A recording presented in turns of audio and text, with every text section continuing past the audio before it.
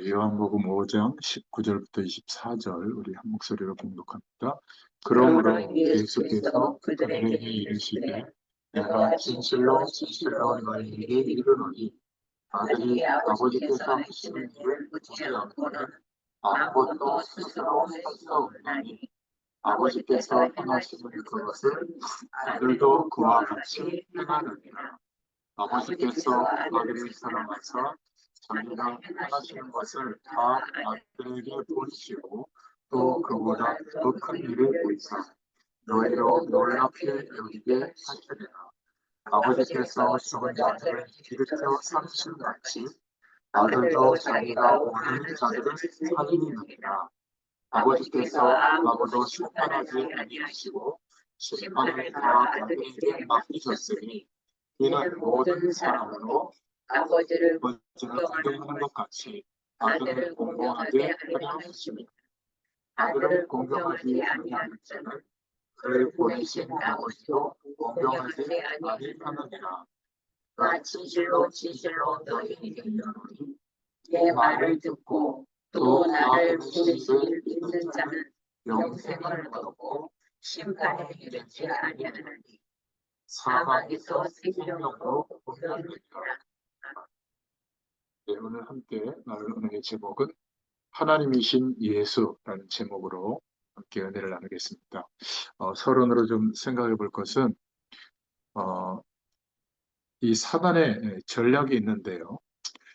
지금 2025년이 된 지도 이제 20일이 지났죠. 처음에 좀 기대감도 있었을 건데 벌써 또 현실로 다 돌아오지 않았나 싶습니다. 금년에도 분명히 하나님은 말씀으로 역사하실 겁니다. 그리고 사단도 역시 변함없이 속이고 막 공격할 거예요. 사단의 전략은 뻔합니다. 우리로 하여금 하나님의 나라의 배경이 임해 있는데도 불구하고 그것은 별로 신경 쓰지 못하고 많은 일로 분주하게 하면서 중요한 일을 놓치게 할 거예요. 열심히 하는데 뭐 삶에 많은 결과도 있는데 결국에는 하나님의 은혜가 없어서 허탈해지도록 만드는 거. 이게 예나 지금이나 비슷합니다. 이게 사단의 전략이죠. 그래서 우리가 일평생을 살아가는데 제일 중요한 전도, 뭐 현장, 제자, 예배, 구원, 임마누엘의 축복, 이런 비밀한 하나님의 은혜들을 놓치도록 할 거예요. 그래서 점점 사람들이 말하는 경험과 지식을 앞세워서 지금도 거룩한 영 성령으로 우리와 함께 하시는데 이 성령의 인도를 받지 못하도록 그렇게 속일 겁니다. 그래서 두 번째로 기억하셔야 될 것은 우리는 우리 입장에서 또 우리가 원하는 때에 막 응답받기를 원하잖아요. 그런데 하나님의 말씀은 하나님의 작정하신 시간이 되면 반드시 성취됩니다. 근데 우리가 믿음의 눈을 떠서 이것을 볼 수 없으니까 조급해지죠. 그러니까 대책을 세우고 우리 편에서 뭔가 막 갈급해서 열심을 기울이고 그런 노력을 기울입니다. 그러다 보니까 하나님의 능력이 체험이 안 될 때가 많이 있어요. 이 사단은 항상 그리스도의 축복을 약화시키고 우리가 은혜로 받은 이 복음이 희미해지도록 속입니다. 그러다 보면 교회들도 그리스도의 주변 것들을 강조하는 일들이 많아지죠. 그러니까 신앙생활을 열심히 하는데 뭔가 충만해지고 생명력 있고 모든 것을 치유하는 능력이 나타나는 게 아니라 좀 피곤해지고 주일 예배 좀 하루 종일 교회에 있다 보면 빨리 와서 쉬고 싶고 그러다 보면 점점점 뒷자리로 갔다가 이제 작은 교회는 못 있고 이제 큰 교회 가서 나를 이제 감출 수 있는 그런 교회를 주로 많이 찾죠. 그렇게 됩니다. 결국 우리는 날이 갈수록 하나님이 우리를 어떻게 인도하시냐면 오늘 기도 제목으로 붙잡으시길 바랍니다. 날이 갈수록 하나님은 우리를 복음 속으로 들어가도록 인도하실 줄로 믿습니다.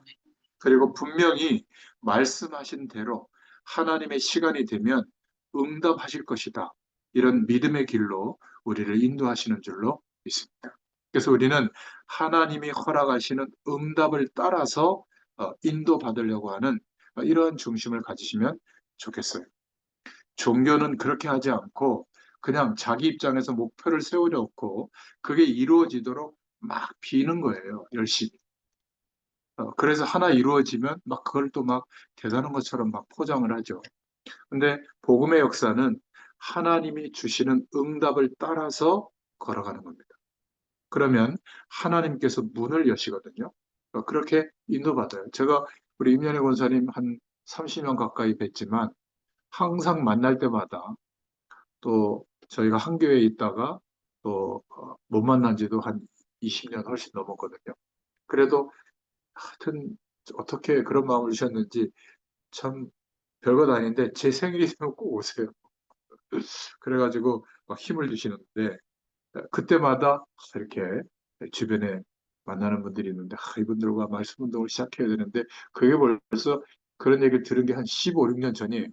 그때부터 계속 얘기했는데 하나님이 드디어 문을 열어주신 거예요. 수원 권선동에 말씀 운동이 시작이 되도록 현장 예배가 시작되도록 그때 또 이렇게 초대를 받으시고 또 이렇게 만나게 됐죠. 그러니까 그렇게 문을 여시면 또 최선을 다해서 또 만나고 복음의 심부름을 하고 함께 기도하면 그 다음 일이 또 이루어지거든요. 또 그 시점에 맞춰서 강권적인 하나님의 막그 몰아붙이는 역사로 이제 복음의 교회가 시작되게 해가지고 또 그런데 하나님이 우리 복근하님에게는 그런 마음을 주셔가지고 교회 속에서 또 함께 하도록 그렇게 하셨단 말이죠. 그러니까 제가 어떻게 만나겠습니까?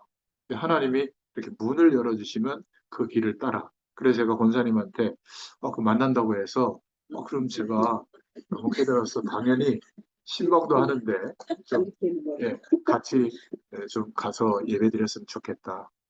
요즘 어떤 시대라면요, 교회 속에 오래 신앙생활을 해도 목회자가 신방 오는 거를 꺼려해요. 그 이유는 있죠. 뭐 내 사는 모습을 좀 감추고 싶고 그런 게 있는데 사실은 그 가정에 와서 목회자가 보면 하나님이 주시는 말씀이 있거든요. 제가 사실은 복권사님 기도하면서 말씀을 준비한 겁니다. 물론 쭉 요한복음을 읽어가고 있지만 특별히 오늘 주시는 이 말씀은 이 가정에 가문에 허락하시는 말씀이라고 믿으시면 될 줄로 믿습니다. 그러니까 이런 축복들을 실제인데도 많은 분들이 자꾸 놓치고 있는 거죠. 남들이 볼 때는 좀 답답하고 좀 속도가 느린 것 같아도 손해보는 것 같지만 하나님의 응답을 따라서 하나님이 문을 여시는 대로 그렇게 가는 것이 가장 빠른 길이에요. 열심히 해보셨잖아요.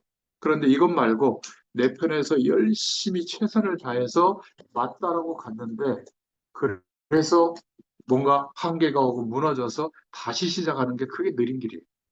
우리는 조금 기다릴 수 있더라도 하나님이 응답의 문을 열어주시지 않으면 조금 인내하면 됩니다. 하나님께서 역사하시면 그 길로 한 걸음 한 걸음 움직이시면 될 줄로 믿습니다.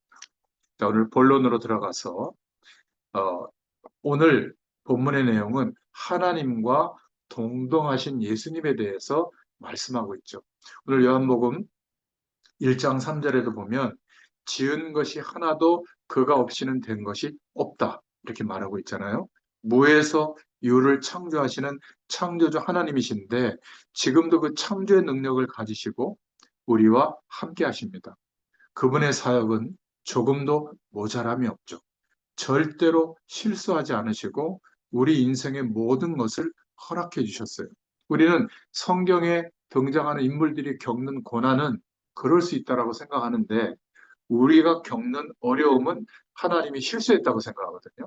아닙니다. 그것조차도 허락하셨어요. 왜냐하면 우리가 겪는 어려움이 없었더라면 사실 편안했겠죠.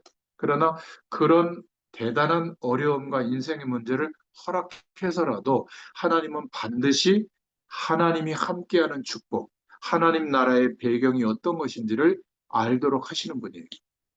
모세의 인생을 80년을 희생시켜서라도, 허비시켜서라도 하나님이 함께하는 축복을 마침내 알게 하셨습니다. 그 한 사람이 이 축복이 실제가 되니까 200만 명을 40년 동안 광야를 끌고 가는데 하나님의 능력이 나타났던 거예요. 하나님이 우리를 포기하지 않으시고 그 축복의 길로 인도하시는 겁니다. 그런데 육신의 눈을 뜨고 보면 정말 부족한 게 많고 왜 이럴까 해석이 안 되는 일도 많지만 복음 앞에서 우리 인생을 비춰보면 하나님이 허락하신 일입니다. 예수님이 누구시냐면 요한복음 5장 21절에 죽은 자를 살리는 권세를 갖고 계시죠. 그래서 예수님의 사역 중에 당신이 그리스도인 것을 나타내시기 위해서 죽은 자도 살리셨어요.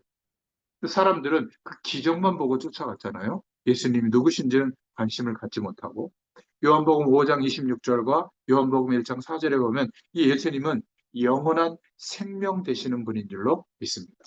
생명의 주인이신데 당신의 생명을 모든 인류를 구원하시기 위해서 십자가에서 죽으시는 길을 선택한 겁니다. 우리는 그냥 나를 위해서 죽으셨지 이렇게 생각하고 넘어가지만 있을 수 없는 일이에요. 컵에다가 바닷물이 담겨진다 이런 명제와 같은 거거든요. 영원한 생명의 주인이 어떻게 죽음의 길로 걸어갈 수가 있겠습니까? 근데 그 길만이 우리를 구원할 수 있는 길이죠. 영원한 대속제물이 될 수 있는 길. 그래서 예수님의 죽으심은 하나님의 비밀이에요. 창조의 능력이 아니고는 그 일이 이루어질 수가 없는 겁니다.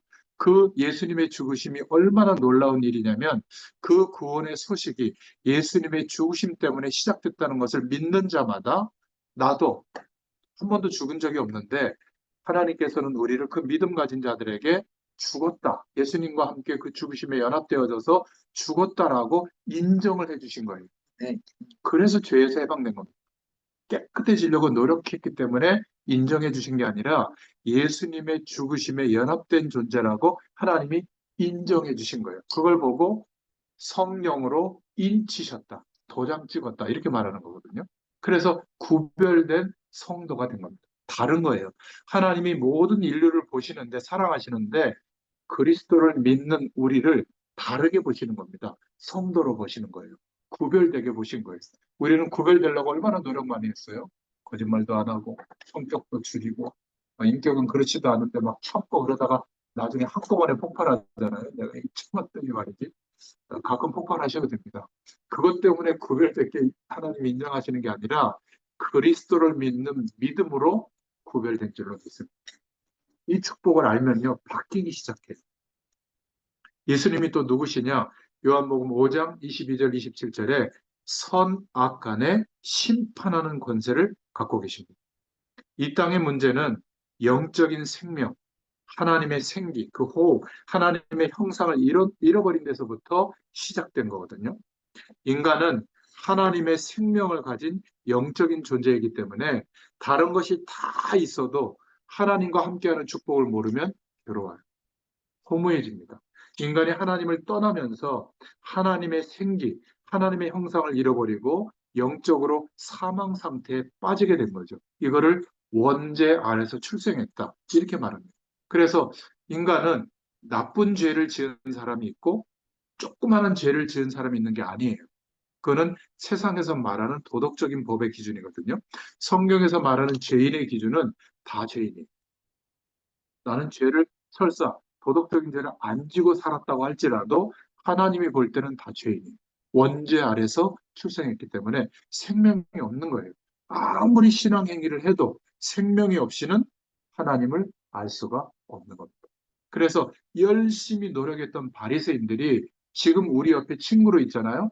다 유대교로 개종할 겁니다. 얼마나 열심히 사는지 몰라. 말씀대로. 근데 예수님은 화 있을진저 바리새인들아. 나쁘게 행동해서가 아닙니다. 자신의 노력의 기준으로 하나님의 축복을 체험할 수 있다라고 믿었던 사람들이에요. 그러니까 쉐마, 토라, 탈무드라는 걸 만들어서 이 세상을 바꿀 만한 규모를 만들어낸 사람이거든요. 유대인들이 대단합니다. 근데 하나님은 관심 밖에. 하나님의 창조의 축복은 임할 수가 없는 겁니다. 우리의 힘으로 안 되는구나. 하나님께서 우리에게 주신 유일한 약속, 예수님이 죽으시고 부활하신 그 십자가의 일이 우리에게 실제가 되어야 되는구나. 이 사실이 믿어져야 되거든요. 그것도 은혜로 믿어지도록 하나님이 해주셔야 돼요. 우리는 그 은혜 속에 구원받은 줄로 믿습니다. 이러한 축복을 모르면 선악간의 심판을 받게 되어 있죠. 그래서 예수님이 생명이세요. 선악간에 심판하는 권세를 가지신 분이세요. 이 예수님은 그리스도 되어 주셨고 또 승천하셨고 마지막에 모든 민족에게 복음이 증거되고 난 이후에 심판주로 재림하실 겁니다. 이 사실을 저희들이 믿게 된 것이죠. 너무 은혜죠. 그리고 다섯 번째로 빌립보서 2장 6절에 이 예수님은 누구시냐? 근본 하나님과 같은 본체시다. 성부, 성자, 성령으로 역사하시는 본체시다. 즉 하나님 자신이세요. 이 예수님이 지금은 육신으로 계시면 우리가 하나님의 축복을 누리려면 비행기 타고 가서 그 계신 그곳에 가서 예수님을 아련해야 돼요.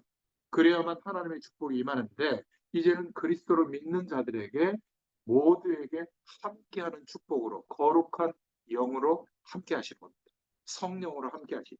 그런데 이 사단은 고린도후서 4장 4절에 혼미케 하여 이 영광의 복음의 광채가 비치지 못하게 하는 겁니다. 그래서 어떤 결론을 갖게 하죠? 많은 사람들이 예수님은 인류의 4대 성인 중에 하나다. 그냥 좀 훌륭한 분이다. 좀 뭔가 바르게 살도록 교훈을 주는 도덕적인 분이다. 이렇게 여기도록 속이는 거예요. 위대한 선지자 중에 한 분이다. 이 정도로 알도록.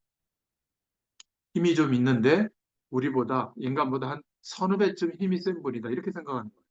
창조주라고 인정하지 않는 겁니다. 그분이 지금 거룩한 영, 성령으로 우리 안에 영원히 함께 하시는데 이것을 우리가 인정하고 믿고 바라볼 수 있다면 우리의 수준과는 별개로 하나님이 함께 하시는 능력이 그 믿음을 가진 자에게 나타나요.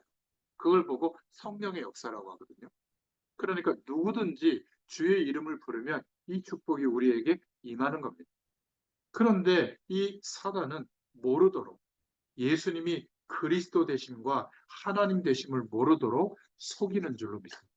그래서 우리는 예수님을 바르게 알고 제대로 된 신앙 고백을 하면서 그때부터 성령의 역사하심이 우리 인생에 나타납니다.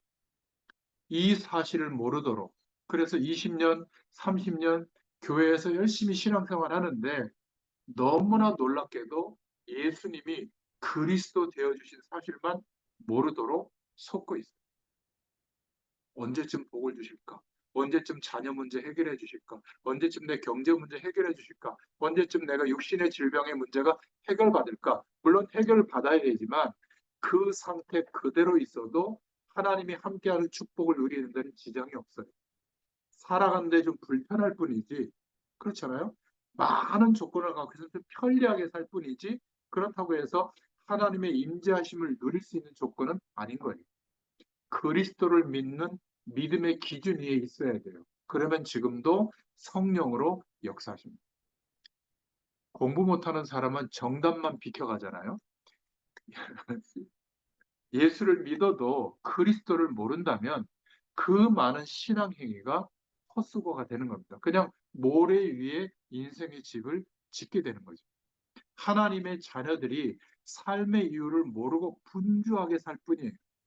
정말 중요한 하나님이 지금도 역사하는 유일한 통로, 전도의 축복, 현장의 축복, 우리 후대들에 대한 하나님의 계획, 이런 것들은 대강 지나가고 오로지 내 가정, 내가 하고 있는 일, 우리 자녀들을 어떻게 하면 성공시킬까? 여기에만 관심을 두고 평생을 사는데 전전긍긍하고 살고 있는 겁니다. 그러면서도 우리 주변 사람들에게 예수 믿으라고 하니 속으로 말 안 하지만 훌륭한 분들은 아이고 너나 좀 복 받아라 이렇게 생각하는 겁니다.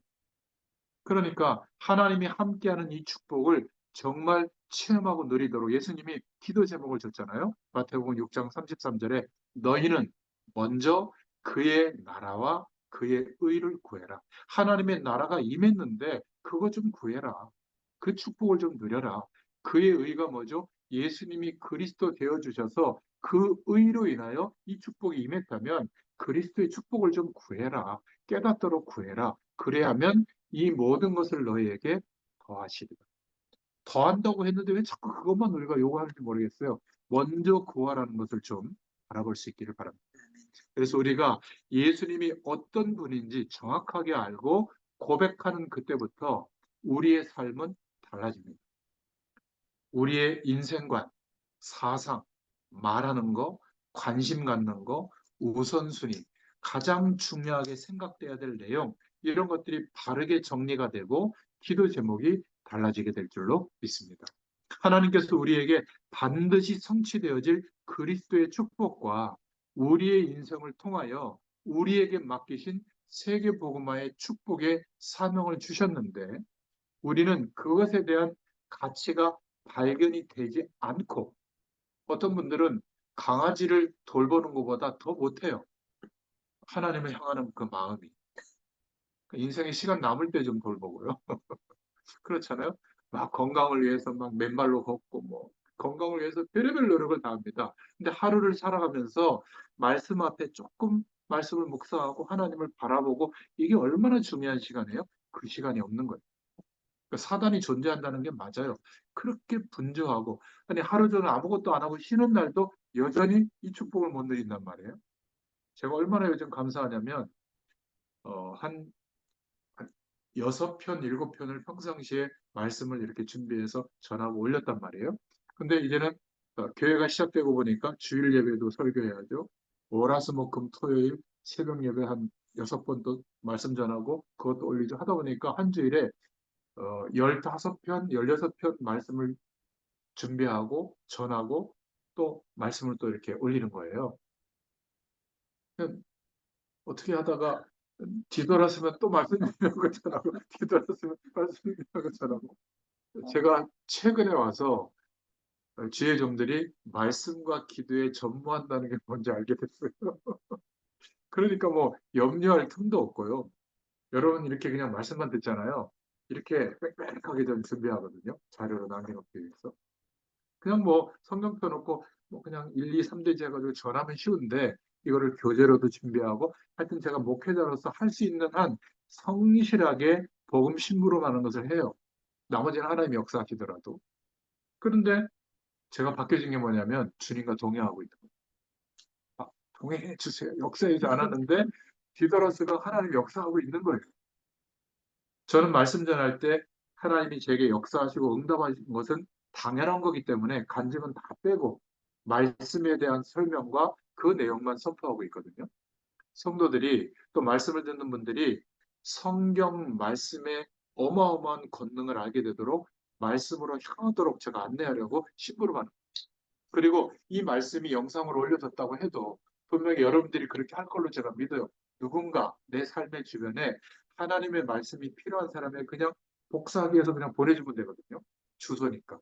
영상 파일을 보내려면 어려운데 유튜브 그 주소가 복사되는 거예요. 복사하기 붙여보세요. 누군가 말씀 들을 수 있다고 생각하고, 오늘 이 말씀을 듣는 여러분에게 처음 들어도 복음의 말씀이 이렇게 위대하고 너무 감사한 축복이구나 알게 되도록 충분히 설명해서 전하고 있거든요. 아마 처음 듣는 사람도 말씀이 부딪혀올 겁니다. 전도를 생각하고 말씀을 전하고 있거든요. 그러니까 너무나 감사한 거예요.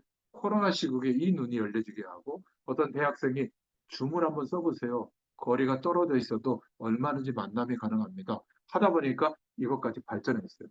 제가 오늘 새벽에는 요 위에 꽂는 조명도 많은 거 있거든요. 좀 화면을 좀 밝게 하려고.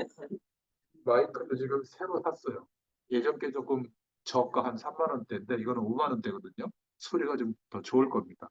하여튼 어떻게 하면 전도에도 효과가 있을까 자꾸 생각해보고 도전하고 있거든요. 제가 하는 요 방식밖에 몰라요. 제가 많이 아는 척을 해도 우리 애들이 보면 막 웃습니다. 그런데 저는 전도를 위해서 이 미디어를 쓰고 있잖아요. 저는 이것만 해도 얼마나 감사한지 몰라요. 어떤 날은 새벽 예배를 인도하는데 시카고에 있는 제가 이렇게 오랫동안 양육했던 그 유영근 장로라고 들어왔더라고. 아니 어떻게 미국에서 들어왔냐 이랬더니 점심시간에 회사에서 일하고 있는데 그 주소를 알고 있어서 들어왔다고 그렇게 얘기하더라고. 그러니까 제가 어떤 청년 그 현장 예배는 저 캄보디아에서도 들어오고 미국 텍사스에서도 들어오고 또 어떤 때는 저 괌에서도 들어오고 뭐 이렇게 막 다국적으로 막 들어와요.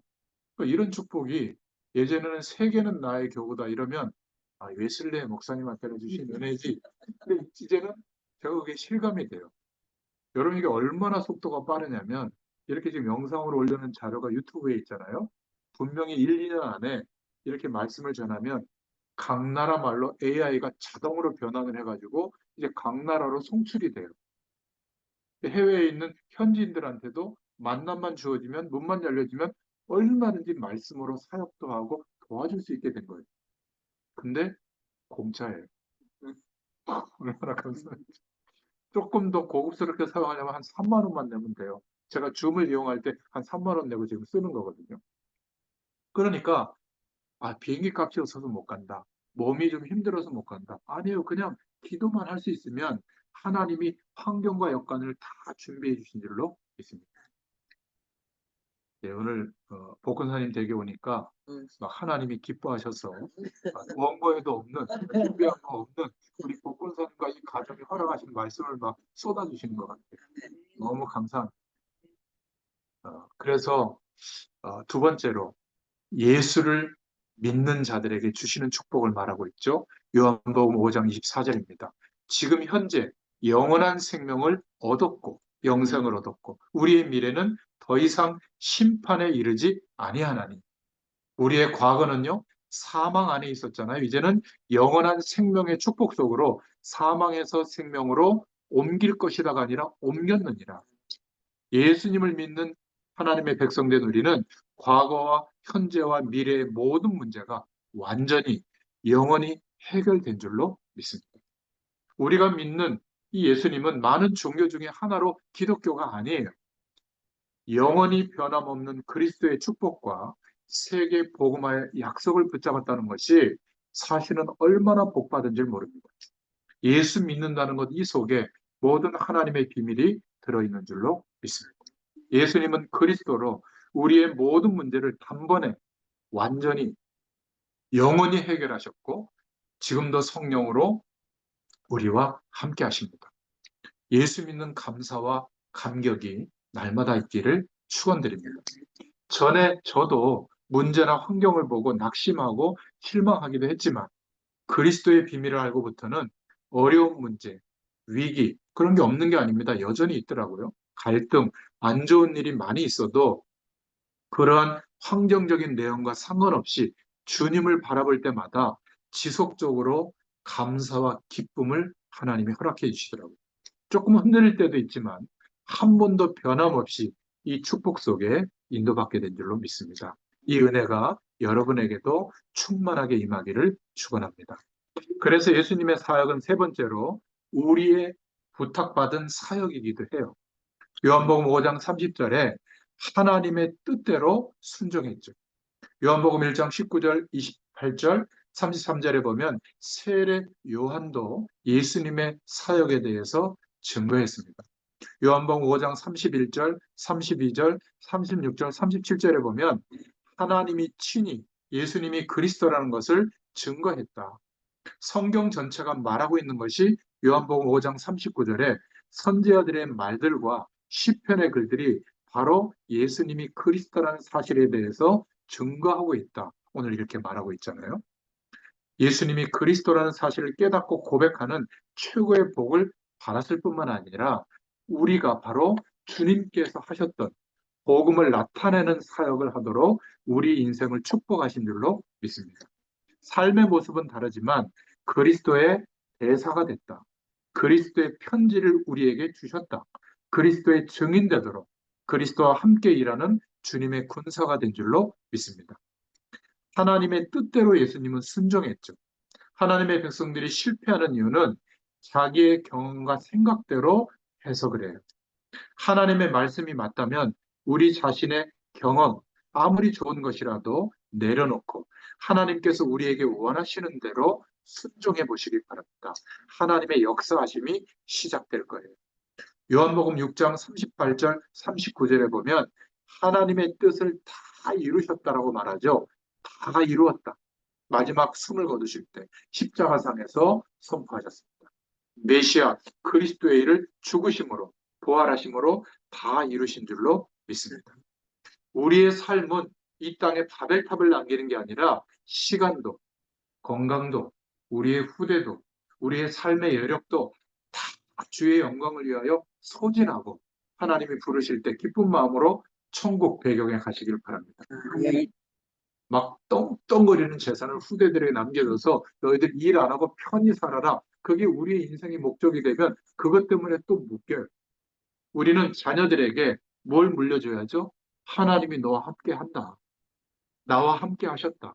분명히 너에게도 함께 한다. 이게 내가 너에게 남길 유언이다. 유산이다.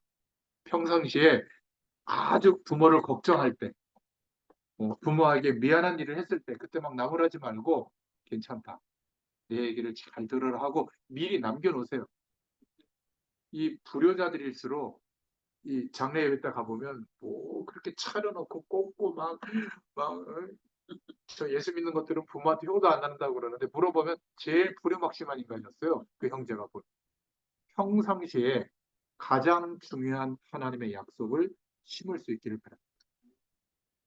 저는 그거를 어릴 때부터 심어놨어요. 그랬더니 첫째 딸이 너는 세계복음화 일꾼이야?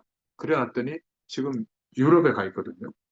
그래서 고군분투하고 있지만 세계복음화의 약속을 붙잡고 237로 가야 되는데 왜 한국에만 있냐는 거예요. 대부분의 애들이 랩넌트라고 하면서 남겨진 자라고 하면서 그리고 가면 꼭 후진국으로 가냐 그 말이에요. 선진국으로 가야지 이러면서 뭐 비빌 데도 없고 한 푼도 못 도와줬지만 그냥 하나님의 약속을 붙잡고 기도하면서 인도받고 있거든요.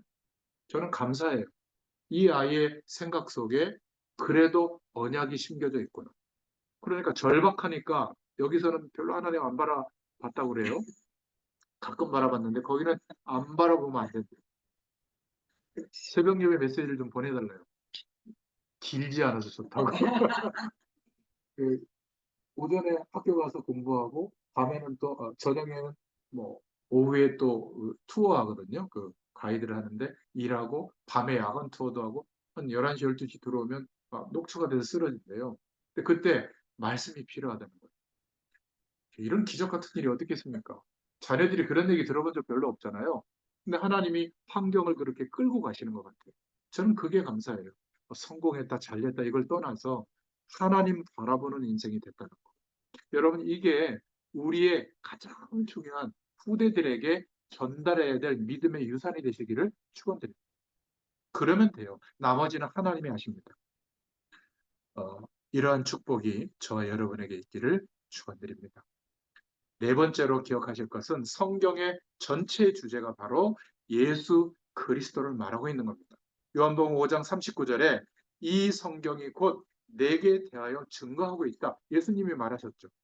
5장 46절에는 모세가 그가 내게 대하여 기록했다. 모세가 한 말, 율법의 주제가 바로 그리스도의 축복을 말하고 있는 겁니다. 율법은 하나님의 법으로 그리스도께로 인도하는 그냥 몽학 선생 정도밖에 안 된다. 하나님은 율법의 완성자 되시는 그리스도를 보내주셨다. 그 메시아를 설명하려고 모세를 세워서 율법을 말한 것인데 모세를 믿으면서 또 율법주의에 빠져 있다. 이거를 알려주는 거죠. 세 번째로 예수 그리스도에 관한 것.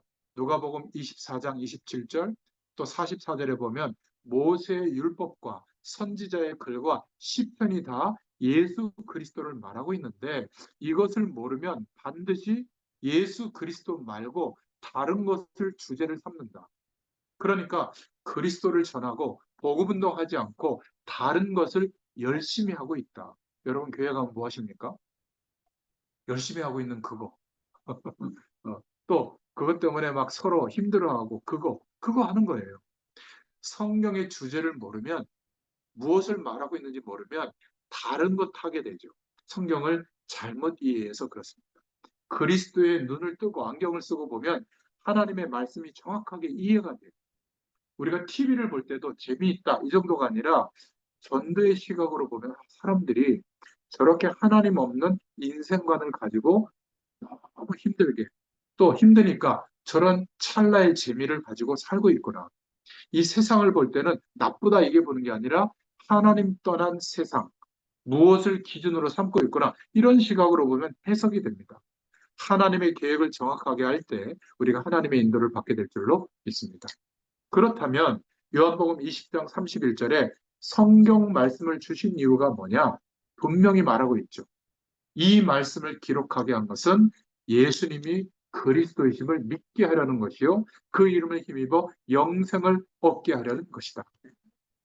예수님을 믿으면 뭔가 바라는 것이 이루어지리라고 하는 동기가 채워지지 않을 때 예수님을 떠나서 자기의 살 길로 갔던 엠마오로 가는 제자같이 살고 있게 됩니다.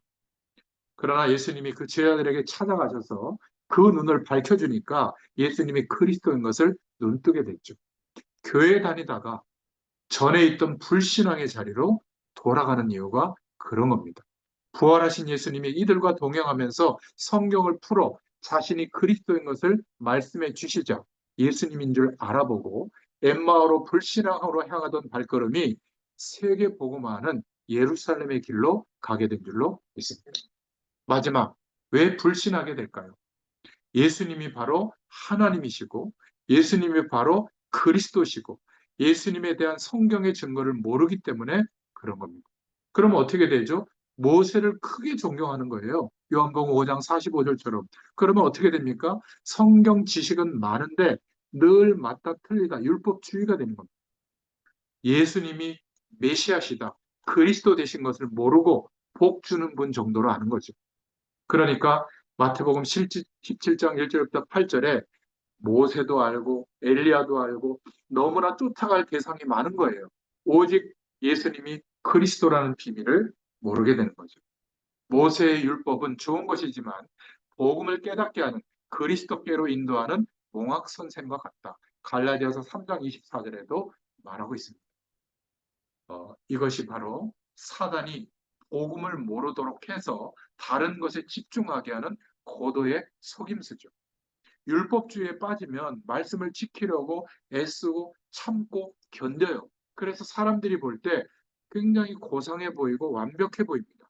그러나 하나님은 우리에게 율법을 완성하신 그리스도를 붙잡을 수 있도록 강조하고 있죠. 그 율법주의 때문에 생기는 게 뭐죠? 불신앙이 생겨요. 하나님이 성령으로 함께 하시는데 모르게 되는 거예요. 그러니까 내가 저걸 못해서 그렇구나. 저런 헌신을 못해서 그렇구나. 그렇지 않습니다. 뭐 개척교회를 하면 성도들이 헌금한 걸 가지고 샀다고 생각하거든요. 그게 불신앙이에요. 어, 저희 교회에서 예전 교회에서 저희 목사님을 통해서 훈련을 해주셨어요. 사례비가 제 날짜 나온 때가 없고요. 몇 달씩 밀리고요. 그래도 살았거든요. 그러니까 30년 그런 훈련을 받다 보니까 교회 마지막 한 3주 정도 기도하면서 사임할 때도 5개월 사례비가 밀려 있을 때거든요. 그래도 살았어요. 말씀 전으로 오잖아요. 차 몰고.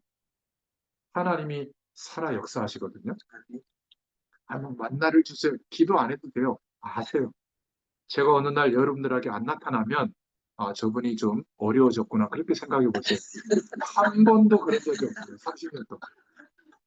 그러니까 어떤 분들은 막 개척교회는 헌금에 부담도 있고 그런 거 없습니다. 제가 그런 결심을 했어요. 오늘 복권사님 계시니까 그 한 세 분에게 안수 집사님 한 분 있고 권사님 계시는데 집사님 세 분하고 예산을 세우시라고. 저는 거기에 관여도 안 하고 헌금 제가 주보를 만들기 때문에 누가 헌금했다고 주보에 기록하거든요. 누가 얼마 했다 저한테 보내지 마시라고. 저는 알고 싶지 않다고. 그러면 저분은 헌금 많이 하는 분이구나. 저분은 헌금 못하는 분이에요. 이렇게 또 신경을 쓰더라고요. 아니 그걸 하지 마. 전체 통계만 보내주시라고. 그래서 아예 안 보기로 했어요. 예산 계획도 성도들이 세우고 집행도 성도들이 하고 거기에 맞춰서 그냥 헌금 하나님이 허락하시는 대로 집행하면 된다. 그렇지 않겠어요? 그러면 못 살 것 같습니까? 그렇지 않습니다. 그런데 대다수의 목회자들과 교회들이 교세라고 하죠. 성도들의 배경, 헌금의 배경, 이거 가지고 선교하고 전도한다고 생각하거든요.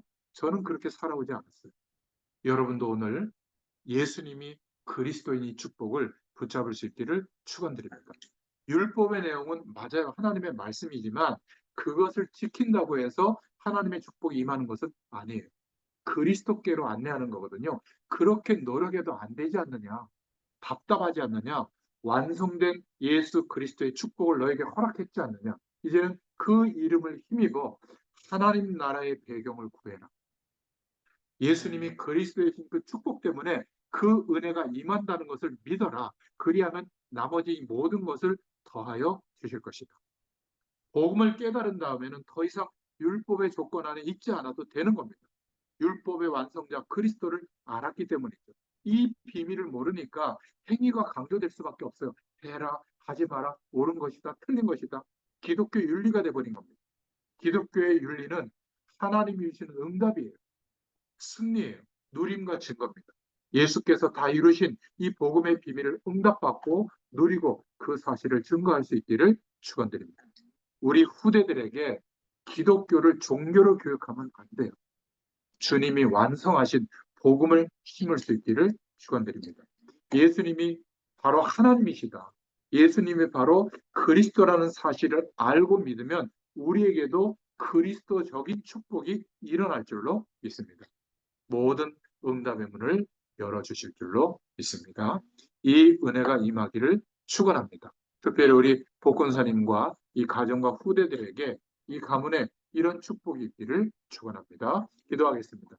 하나님 너무 감사합니다. 오늘 이 시간을 축복해 주시고 이 자리에 함께 참여해서 현장에서 예배하게 하신 주의 은혜를 감사합니다. 특별히 우리 복권사님과 이 가문과 가정과 후대를 축복하셔서 지금까지도 기도하게 하셨지만 이제 복음의 교회와 함께 전도와 선교를 두고 세계 복음화를 두고 함께 교회를 세우는 응답을 누리게 하시며 또 오늘 말씀 주신 그대로 예수님이 그리스도인 것을 모든 현장에 증인으로 세우기에 부족함이 없도록 하나님께서 역사하여 주시옵소서. 믿음의 동역자된 우리 권사님들이 이 축복의 증인들이 되게 하시고 함께 전도와 선교의 축복을 누리는 하나님의 일꾼들로 세워지게 하여 주시옵소서. 예수님의 이름으로 감사하며 기도드렸습니다. 아멘. 감사합니다. 박수로 하나님께